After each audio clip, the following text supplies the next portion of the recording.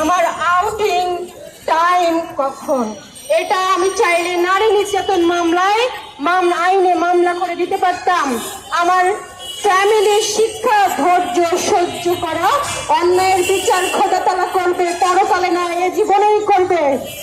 আমি সেই বিশ্বাসের কারণে নারী নির্যাতন মামলা করি নাই। আমার জানা মতে এটা শ্রম আইনেও মামলা করা যায়, আমি সেটা মামলা করি নাই।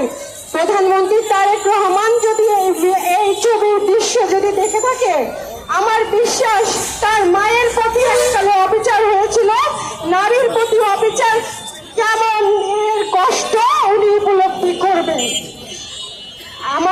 আমি এখানে বক্তব্য সংক্ষিপ্ত করছি, অন্য কেউ বলেন। ধন্যবাদ আমাকে। এ পর্যায়ে আমাদের বৃষ্টি